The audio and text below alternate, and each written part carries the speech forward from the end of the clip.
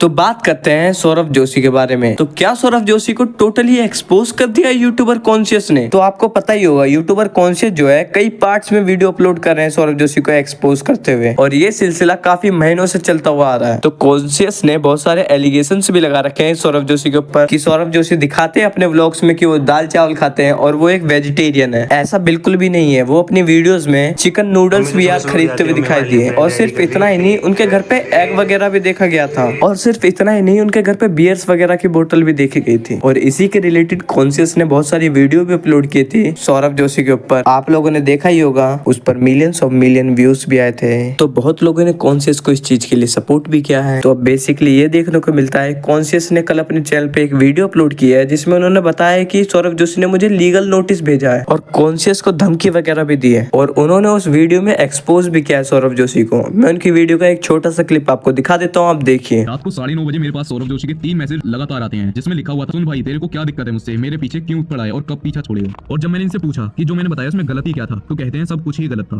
फिर मैंने इनसे एक एक चीज करके सारे पॉइंट क्लियर करे। और कमाल की बात ये थी कि इस बंदे ने मुंह पे मेरे झूठ बोल दिया। मैंने इनसे पूछा कि तुम्हारे ब्लॉग स्क्रिप्टेड होते हैं या नहीं होते, तो उन्होंने बोला नहीं जी, और इस चीज का आगे प्रूफ मैं आपको दे दूंगा। लेकिन हाँ, मैं इनकी चैट नहीं दिखा सकता हूँ ड्यू टू सम रीजंस। उन्होंने मेरे से मना कर दिया था कि मेरी चैट वीडियो में शो नहीं होनी चाहिए। अब देखो, उनको अपनी प्राइवेसी का इतना ख्याल है, उन्होंने मेरे से मना कर दिया कि वीडियो में चैट मत दिखाना, और मैं दिखाऊंगा भी नहीं क्योंकि मेरे को इतनी चीजों की समझ है। लेकिन उन्होंने मेरे से झूठ बोला। उन्होंने बोला कि अपना नंबर दो, मैं कॉल करता हूँ। तो मैंने उनको अपना नंबर सेंड करा। उसके बाद जो होता है वो कमाल था। जब मैंने उनको नंबर दिया तो उसके मैंने 5 मिनट वेट करा, 10 मिनट वेट करा, उनका कॉल नहीं आया। मैंने उनसे पूछा कि कॉल करो, तो उन्होंने उस चीज का कोई रिप्लाई नहीं दिया। उसके बाद जैसे ही उनके पास नंबर जाता है, उसी के कुछ देर में ही मेरे व्हाट्सएप पे वो लीगल नोटिस सेंड कर दिया जाता है। फिर अगले दिन सुबह को मेरे पास नैनीताल से एक वकील का फोन आता है जिसमें वो बोलते हैं कि तुम उनका मिसयूज कर रहे हो, ये सब बहुत सारी चीज उन्होंने बोली थी। फिर उसके बाद मेरे मैनेजर के पास कॉल आती है और लगातार 5-6 कॉल आई और मेरे को बहुत ज्यादा दबाने की कोशिश करी गई। मतलब इतना प्रेशर डाल दिया कि अगर एक बंदा उस वीडियो को डिलीट ना करे तो समझ जाओ उसमें क्या क्या हो सकता है। उन्होंने फोन पे ये तक बोल दिया कि तुम्हारा करियर खत्म हो जाएगा।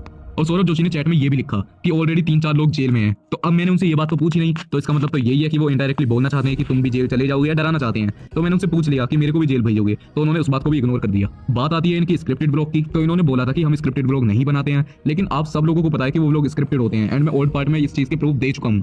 और जो लोग बिल्कुल नए व्यूअर हैं, अभी मेरे चैनल पे पहली बार विजिट कर रहे हैं, उनके लिए ये 2 प्रूफ मैं दिखा देता हूं। बाकी जिन्होंने ये देखे हुए हैं वो स्किप करके आगे की बात जरूर सुन लेना। इस व्लॉग में इन्होंने अपने पूर्व और वर्तमान के कंटेंट को चैलेंज दिया कि इनके हाथ में हथकड़ी को बांध दिया जाएगा जब तक कि ऑफिशियली वो ओपन नहीं कर देते हैं उसको। लेकिन सबसे पहले हथकड़ी पीयूष के लेफ्ट हैंड में थी और कुणाली के राइट हैंड में थी। उसके बाद पीयूष के राइट हैंड में, कुणाली के लेफ्ट हैंड में, फिर दोनों के राइट हैंड में, फिर दोनों के लेफ्ट हैंड में, उसके बाद दोनों के राइट हैंड में, फिर पीयूष के लेफ्ट हैंड में आई, कुणाली के राइट हैंड में आई, फिर दोनों के लेफ्ट हैंड में आ गई, फिर पीयूष के लेफ्ट हैंड में और कुणाली के राइट हैंड में आई। यानी कि कम से कम 7 बार इन्होंने हथकड़ी को चेंज करा। और 2 बार इन्होंने ब्लॉग में बताया था कि हम हथकड़ी को खोल रहे हैं, क्योंकि एक बार तो उनको पढ़ाई करनी थी और एक और बार कुछ रीजन था, वो आप ब्लॉग में देख लेना जाके। इसका दूसरा प्रूफ ये है कि 13 सितंबर को ये वाला ब्लॉग डालते हैं जिसमें किसी ने इनको एक गिफ्ट भेजा था। और हाँ, कैमरा जो चल रहा था उसको पीयूष चला रहा था। लेकिन जब ये इस बॉक्स को ओपन करते हैं तो थोड़ी सी पैक ओपन होने के बाद आपको कैमरे में क्लियर दिख रहा होगा कि ये किस चीज का बॉक्स है। तो ऑफकोर्स पीयूष को भी वो चीज दिखेगी, लेकिन वहां पर कोई रिएक्शन नहीं आता है। उसके बाद जब वो थोड़ा और ओपन हो जाता है तो कुणाली ने भी नजर मार ली थी, लेकिन उसने भी कोई रिएक्शन नहीं दिया। फिर सौरभ जोशी ने खुद देख लिया था कि उसके अंदर किस चीज का बॉक्स है। लेकिन जब वो पैक पूरा खुल जाता है उसके बाद इनका ये फेक रिएक्शन आप देख सकते हो। अब बात आती है इनके चिकन वाली बात की कि क्या इन्होंने कभी चिकन खाया ही नहीं था, या फिर मैं झूठ था, या फिर जो भी है। देखो, इनसे मैंने क्वेश्चन पूछा था कि जो आप नूडल खाते हो उसमें चिकन नहीं होता, तो उन्होंने बोला कि जो मैं नूडल्स खाता हूँ वो फ्लेवर वाले होते हैं। अब यहाँ पे एक चीज सोचने वाली है कि अगर ये फ्लेवर वाले नूडल्स को खाते तो अपने ब्लॉग में दिखा सकते थे कि गाइस हम ये चिकन नूडल्स खाते हैं जो कि फ्लेवर वाले होते हैं, क्योंकि अगर वो फ्लेवर है, आर्टिफिशियल फ्लेवर है, तो बिल्कुल 100% फिर वेजिटेरियन होगा। तो ये तो ठहरे प्योर वेजिटेरियन है, उसको ही खाते होंगे ना। जब इन्होंने ये चीज बोली तो मैंने इनको पूछा था कि ये जो इनके बेड पे एक नूडल रखा हुआ है, क्या उसके अंदर चिकन के पीस नहीं है? तो इन्होंने बोला पीस तो किसी के अंदर नहीं थे। लेकिन जब मैंने पुराने पार्ट में आपको दिखाया था हाईलाइट करके, उसमें लिखा हुआ था इंग्रेडिएंट में कि इसके अंदर पीसेस होते हैं चिकन के, और इन्होंने बस एक शब्द की रट लगा दी कि मेरा पीछा छोड़ोगे, नहीं छोड़ोगे, मुझसे कोई गलती हुई हो तो माफ कर दो। ये सब मतलब इन्होंने बहुत सारी चीजें बोली। और एक चिकन नूडल का और आपको मैं दिखा देता हूं कि अगर इंडिया में किसी चीज के ऊपर रेड डॉट है तो उसको नॉन वेज मान लिया जाता है, क्योंकि उसके अंदर नॉन वेज है, इसलिए उसके ऊपर